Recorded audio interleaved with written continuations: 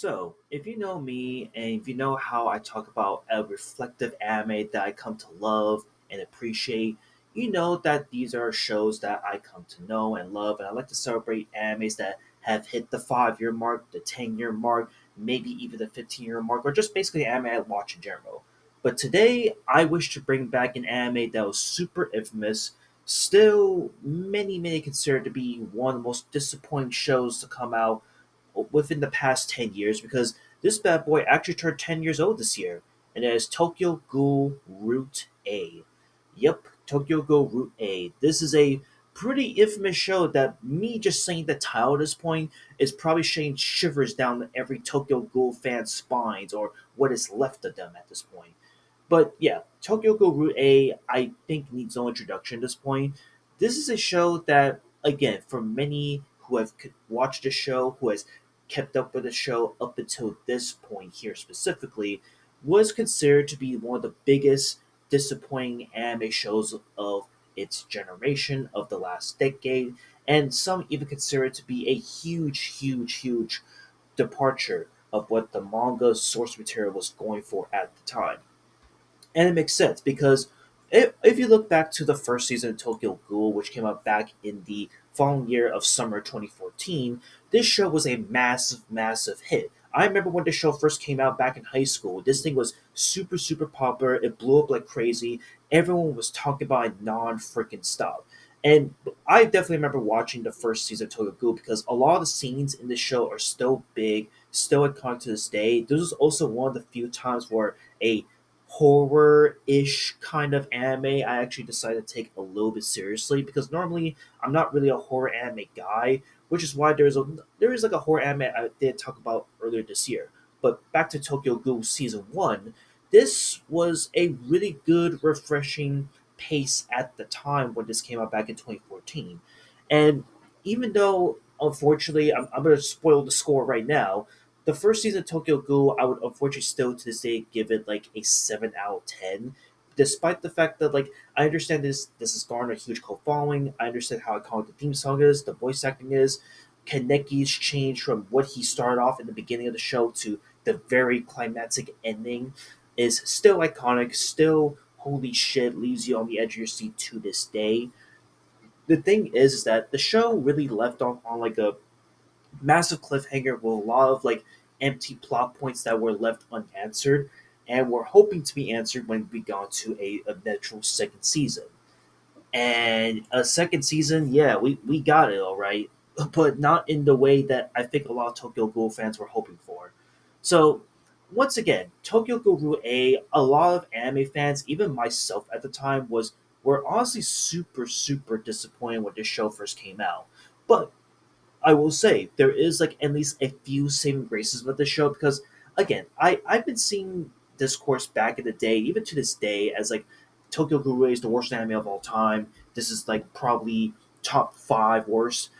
That's arguable. That's debatable. I don't think this is a top 5 worst anime, however, because not only is the second season adapted by Studio Period, which again, if you know how second seasons work in the modern day and age, sometimes they take a beloved series and they transfer it to a different studio, a different production company. And we've seen this time and time again where when you give a really popular anime to a different anime studio slash a production company, the quality is either going to be super damn shitty, or in rare cases, it's going to be actually a lot better than the original anime studio that did it prior. But in the case of Tokyo Ghoul 8, they didn't have that issue at all. Instead, it was just a matter of them unfortunately adapting the source material and just speed running the ending of said show. And yes, I'm aware that there are more seasons of Tokyo Ghoul past this point from Tokyo Ghoul A, but again, by that time we got those other seasons past Route A, it was already too fast, too late, given that it honestly just butchered the legacy of Tokyo Ghoul and the franchise as a whole. And while the manga is definitely super popular, I still think it's still getting like super rave reviews to this day. It unfortunately like really destroyed the image of what Tokyo Ghoul was known for. But again, I digress. One of the things that I like about the show that I still think about to this day is the opening theme song. There's been some pretty big debates about what is the best theme song between Route A and the first season of Tokyo Ghoul. A lot of people instantly go for the first season because of how infamous and how mean the fuck out that show was. But Route A's opening, I gotta say, is probably the best that the show had to offer. It's honestly like one of the most iconic and most underrated theme songs and musics to kick off Tokyo Ghoul Route A to this day. Also, again, the voice acting in the show is still pretty good. The animation for its time, for 2015 standards, is still really nice and really crisp and clean. Like 10 years later, it does hold up really well. Same goes to 2014's Tokyo Ghoul, mind you. But like I said, the thing about the show that still is unfortunately terrible and disappointing about the show is how it progresses through the plot. And again, I know I could like shit on and spit on like everything that was wrong about Tokyo Ghoul A, but I feel like other YouTubers, especially the big, massive ones, have already talked about Tokyo Ghoul A up to this point. So why am I going to regurgitate the same talking points over and over again? For me, this was kind of like ahead of its time because back then, when we had disappointing shows like Tokyo Ghoul 8 coming to the scene, it was kind of like super, super rare at the time. But now, we in the current modern day age, we've been getting a lot of like disappointing anime shows for myriad of different reasons. And obviously, I can name like already a few shows that have come out from 2020 and up until this year that have been pretty disappointing from again the infamous Yakusoku Neverland season 2 to the God of High School to Horror Mia, which again the first season of Horror Mia, which was adapted and at the time was touted as like the most disappointing anime to come out that year. There's also Platinum End, which again we've talked about many times in the past on this channel, and that show was pretty bad. And if we're gonna talk about a disappointing anime that came out this year, for many people it's gonna be One Punch Man season 3.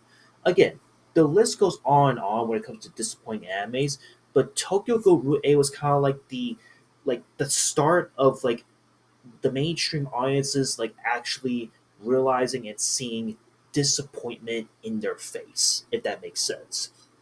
So again, while Tokyo Ghoul Route A is definitely not like the best anime to celebrate 10 years later, I will say that the over hate for this second season um, is I think it's justified, but at the same time, it shouldn't have been justified because, again, I think in the wake of this show, there have been much, much more disappointing and terrible shows since then.